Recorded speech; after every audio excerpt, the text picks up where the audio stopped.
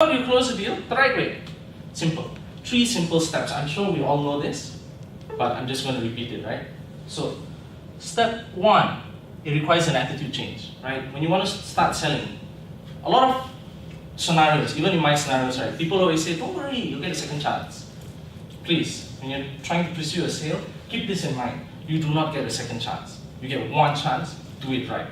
Which is why it relates to the second point. You need to know your product, know your market. Knowledge is key, right? So before you go out, ask yourself 1,000,001 questions. Make sure you can answer all your questions first. Because at the end of the day, when you go out, right, and you're actually selling, people want answers, right? That builds credibility. Every answer you get to answer correctly builds credibility. But do not ever try to lie, right? Because if you lie, it destroys your reputation, right? In pursuit of answering all the questions, you will be inclined to lie. Don't do it. Because if you get caught on one of it, it would affect your reputation greatly, right? Now, the third point. Now, this is a fun fact, right? We all know this. We've seen it in movies. Everyone says it, the client is always right. But somehow throughout the years, right, as sales has grown more important, people have kind of mismatched this word, right?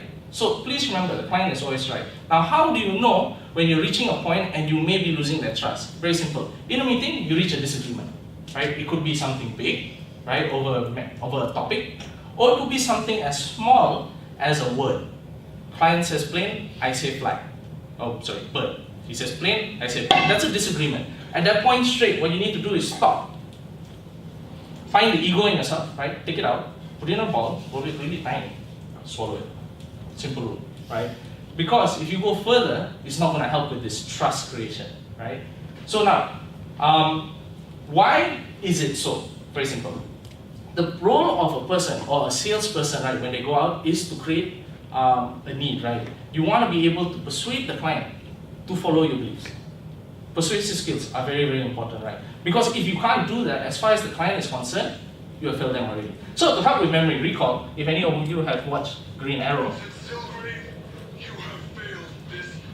client line. I don't know how to you have failed this client, right? If you reach a disagreement and you continue further, you would have already failed this client, right?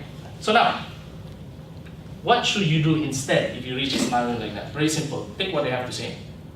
Take what you have to say. Put it together and offer a solution. Because that's the main reason you went in the first place. To go and offer a solution, right? Solve a problem. Now, another last point I just want to share on this is, if you're talking with clients, right, please, this is something experience will help you with, but please avoid negative reinforcement. Cannot, must not, I can't do this.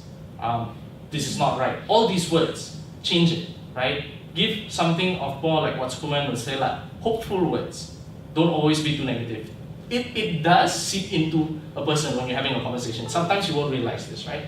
So, note of importance. Now, having said that, as I mentioned, these are actually tips on how you can close a deal, right? Simple, basic tips on how when you go and meet a client, you want to close a deal. Remember these 3 basic things, but I won't dive into